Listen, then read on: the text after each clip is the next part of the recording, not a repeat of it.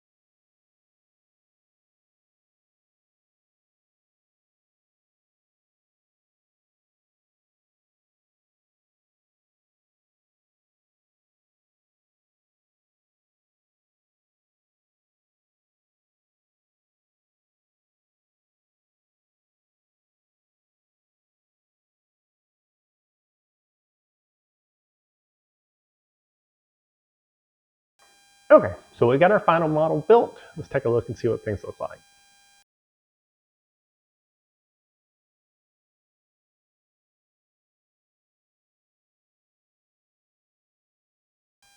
All right, so let's check this thing out a little bit here. So of course, being a Gundam person, my thoughts are to compare this to a Gundam. So I would call this a high-grade kit. Part count, the instructions, the difficulty of the assembly.